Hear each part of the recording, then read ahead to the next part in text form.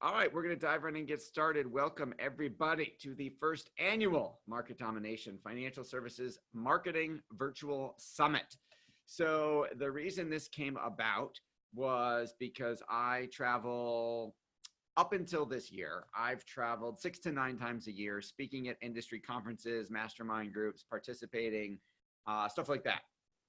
And I always have a great time. I always meet a lot of great people. I always learn a lot. And of course, I always get a lot of business from going somewhere and speaking.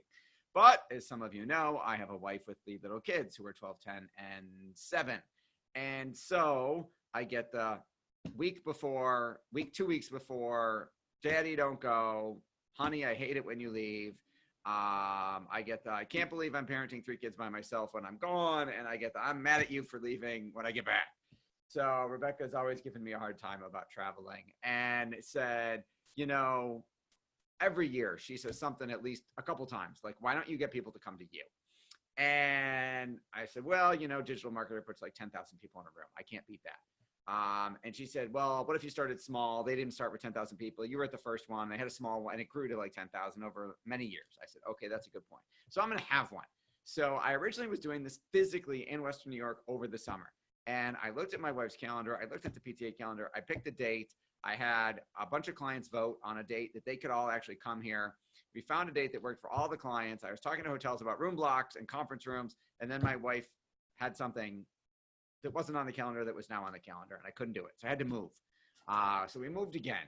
And then I went back to get everybody another set of dates. And we had a second date. And then school just adds stuff. Like they don't schedule months and months in advance a lot of times. They tell me, hey, next week we got something. I'm like, well, you got to book me weeks in advance. So the second date didn't work. So I gave up, as I should not have. I'm normally a very persistent person. I said, fine, I'm going to do it virtually, and then everybody will be able to attend. And we'll record it, and people can get the recording. And maybe next year we'll do an event physically in person for the financial services and insurance industries. And maybe I'll make a better draw. I'll pick the date like 6 months in advance and I'll put it in like Orlando and I'll pay for hotel rooms for everybody and it'll be insane and my wife won't be able to say no. But anyway, this is how we are here now. So as we get started, please turn off Facebook, put your cell phones on vibrate, turn them over so you don't see them, close your other tabs that you got open. So I can get 100, I and our amazing guest speakers can get 100% of your attention. So what we're going to talk about today is I'm going to do a little brief intro, who I am, why you're here. Even if you know my story, stay tuned anyway. You might pick up something different because I try and tell it differently and highlight different nuggets every time. Number 2, we're going to have our guest speaker who is going to talk about advanced tax planning for business owners, some of which applies to you, some of which applies to your clients. We literally have been working the last 2. He flew in to our offices Wednesday. He flew in Wednesday. He's been here for a couple days. Absolutely incredible. Like literally, we just been working the last 2 hours on a case that just came in yesterday, one of my lead sources. And it's been absolutely incredible to watch him work. And I'm like, oh my God, like everybody needs to know about this. They don't know this. Like it's amazing what he can do. Then after his session, we're doing a session about the new financial services business in a box. I have clients, friends, / colleagues who have invented a formula, a system I've been following in my financial services practice that literally, God, it makes your life so much easier, smoother, profitable, your business less stressful, your clients happier, and can literally, you can generate an additional $80,000 a month, not a year, a month, running their system. I brought in $4 million last month, and I did 25% of what they do. So I could easily, it totally works. Then after that, I will be talking about, I'll do the secrets of top producing financial advisors that are behind my new book, The Ultimate Financial Advisor Marketing System. And then we will wrap up. So that is what we're going to be doing today. That is what you're in for. Super excited that you are here. If you stay till the end, I will tell you how you can get a free copy of my new book, The Ultimate Financial Advisor Marketing System. Real quick before I introduce our first guest speaker, This is Roger Bannister, who back on May 6, 1954, broke the 4-minute mile, running it in 3 minutes, 59 seconds, and 40 tenths of a second. Before he did that, it was thought to be impossible. Hundreds, thousands of runners had tried. No one could do it. Doctors thought it was impossible. The human body wasn't meant to run that fast. Literally, your heart would explode, they said, if you ran a sub 4-minute mile, until Roger did it. And the crazy thing is, once Roger did it, the mental block was lifted, and over 1,400 runners have done 4-minute miles in competition. And there's a major motion picture starring Kim Basinger about the 4-minute mile. And I love this. It's one of my favorite movie taglines of all time. The hardest race is against yourself. I think that's really awesome. It's kind of it's almost like my favorite my favorite Michael Jordan quote, which was, life is knowing the toughest competition is yourself. Okay. So my 4-minute mile, I started out in the industry, in college. I interned at Merrill Lynch. And after I graduated from Syracuse University, I came back and wanted to work at Merrill Lynch. And I met with the regional recruiter, who promptly told me, no, we don't hire rookies here. Go someplace else, get your licenses, work there for 5 years, build up a book, and then you can come back, and then we'll consider hiring you. And during that conversation, he didn't tell me no right off the bat. He spent like half an hour bragging about how awesome Merrill Lynch was and how right I was to want to work there. And he started talking about all this awesome technology they had and all these amazing tools that had just allowed one of their advisors, who was relatively young, 5 years in, to land a 9-figure, $100 million local pension account. And he said it 3 times. He even named the pension account, and then obviously told me I couldn't work there and to go somewhere else. So I went to work at A.G. Edwards, which doesn't exist anymore because it was bought out by Wachovia, which was then bought out by Wells Fargo back in the subprime bubble burst of 07, 08. My 4-minute mile was, I wanted to get in the door without cold calling, because my branch manager said, it worked for me when I started my practice back in the 70s. It's good enough to work for you. Get on the phone, make 300 dials a day, interrupt strangers and ask them for money. And that's how you build a book in this business. And how many of you, can I get how many of you who ever cold called, give me, I hated it in the chat box.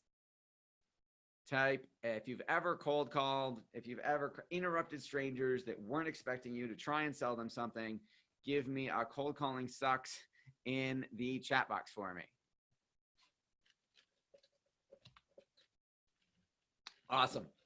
So this is for you if you are sick and tired of being one of the best kept secrets in your industry, in your niche, in your town. And you know that if more of the right people knew about you, it would explode your business, your practice. And that's what some of the strategies we're going to share with you today. Because it doesn't matter how good you are if you have no one to be good for, if you have no marketing system, if you have no business system for letting the right people know why you're different, your business will go nowhere. So if you want to get your foot in the door with those dream affluent clients that happily pay your fees and do what you tell them, this is for you.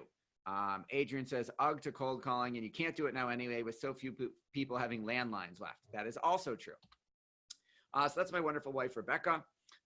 In the year that we met, in the year that we got married, we got married, bought our first house, we had our first baby, and she quit her job to be a stay-at-home mom, leaving me the sole breadwinner, while I was making 300 cold calls a day.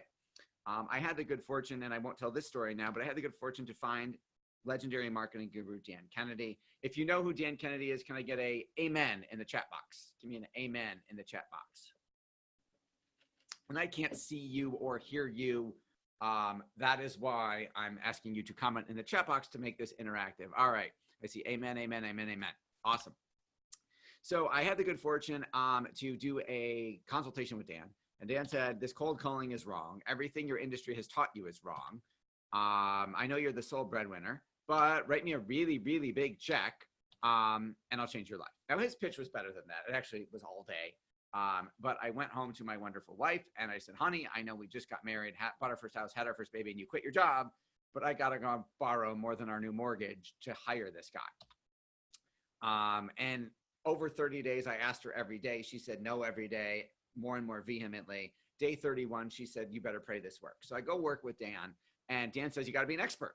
And I said, that's great. I'm like 20, in my early 20s. How am I supposed to be an expert? I technically don't really know that much yet. And he said, write a book. Authors are perceived as experts. And I said, awesome. What am I going to write a book about? And my first reading assignment that he gave me was Think and Grow Rich by Napoleon Hill, which is probably my favorite nonfiction business book of all time. So I'm reading Think and Grow Rich, and I'm realizing that it's an interview book, right? Napoleon Hill interviewed 500 of the richest people of his time and then wrote a book about what he learned. I'm like, I can interview people. Who am I going to interview? So the first person I thought of was the pension fund that the wonderful Merrill Lynch recruiting director had said by name 3 times in the interview, which was Laborers Local 210, the Teamsters Construction Union here in Western New York. So I called the office, and I was not trying to sell anything. I was trying to connect with the president of the board of trustees for a media appearance, for a book interview, even though the book didn't exist yet. And they said, yes, come on over, because it's a book interview. So I interviewed him, and during the interview process, he said, this is really fun. You know, we have to put our pension fund out to bid every 4 years by our bylaws, and every financial advisor who wants to can come and pitch for our business. I really like you. You're this really good listener, which was me asking questions for an hour. Would you like to pitch for our business? And I said, yes, I would. And then I went back to the office, and I frantically called St. Louis in my home office and said, how do I pitch for a pension fund? I barely know how to fill out a stock ticket, because this was before the internet, right? We wrote physical paper tickets to buy shares of stock. And I said, I don't know how to pitch for a pension fund, let alone run $100 million. Like, I have like 10 clients that were orphans. So they taught me how to pitch. They did the proposal. They practiced it for me. In the meantime, because it was a few weeks away, I was able to do the rest of the work on the book and frantically interview lots of other people. So I went to pitch day at the pension fund. I was the last advisor to pitch because I was the newest. And when I walked into the boardroom, on the table were 7 other business cards, the 7 other advisors who had pitched before me, including the guy who already had the business. I did something then, because I was in my early 20s, then I was a lot more arrogant, cocky, and less polished than I am now. I picked up all those business cards, put them in a little pile, and ripped them in half and threw them on the ground. And I said, you don't need these anymore. And instead, I dropped my book on the table and slid copies to its hardcover, Thud Factor, slid copies down the table to each member of the board of trustees, and then gave them my presentation. After my presentation, they asked me to sit and wait outside. It was like 4:30 p.m. I was the last guy that day. Nobody else was sitting and waiting. They had all gone home, and they were going to find out who got the business the next day. But for some reason, they asked me to stay. So I sat there sweating bullets like George Costanza. Like, why did they ask me to stay? What's going on? Did I do something wrong? I couldn't take my suit coat off. I had sweated through my shirt. I was so nervous. I come back. They call me back in like 45 minutes later and say, and I'm like, what's going on? And they said, well, half of our group thought you were an arrogant, cocky young punk and wanted to and didn't want to give you the business because it was really disrespectful of you to rip up the business cards. And I said, okay. He said, in fact, our treasurer said he wanted to punch you in the face. And I took a step back in case they decided to punch me in the face. And I said, okay, what did the other half of the room say? And the other half of the room wanted to give you the business because everyone else brought a business card and a PowerPoint, and you were the only person who wrote a book. So you've got to be the expert. You're the only one who wrote the book. And I said, very nervous, which half of the room won? And it was the half that said, you got the business because you wrote the book. So I became a company hero overnight. I got written about in the A.G. Edwards newsletter. I got trotted out to speak at other branches talking about how I did what I did. And I got validation because it takes a while to move $100 million. So a couple months later, I got a phone call from the regional recruiting director at Merrill Lynch offering me to give me an exception to their recruiting role and that they would hire me even though I was brand new on the condition that I bring back their $100 million pension fund. And I told the recruiter that he could wait 5 years and without it and then call me back and then we could talk. I've written 7 best-selling books along the way. I've been interviewed in Registered Rep and Insurance Newsnet, our industry's 2 top trade journals, and I've been on NBC, CBS, Forbes, Inc., a whole bunch of others. I also am the co-host of the Sharkpreneur podcast with Kevin Harrington from Shark Tank, which was just named the #6 podcast to listen to in 2019, which is super awesome. And my book 7, Market Domination for Podcasting, is on the shelves of Barnes & Noble, Walmart, and Target right now. You can literally go to the store and buy it. That's me and my wonderful family at a book signing where I got to sign autographs for people I didn't know who came to buy my book, which was super awesome. So kind of the before and after. I got written about in the industry trade journals. My phone started ringing with other advisors and insurance agents saying, I want to do what you did. How do I do that? So I asked Dan, what do I do? And Dan said, start a marketing company and do it for him. And that was 12 years ago. Started out, as me and one financial advisor client.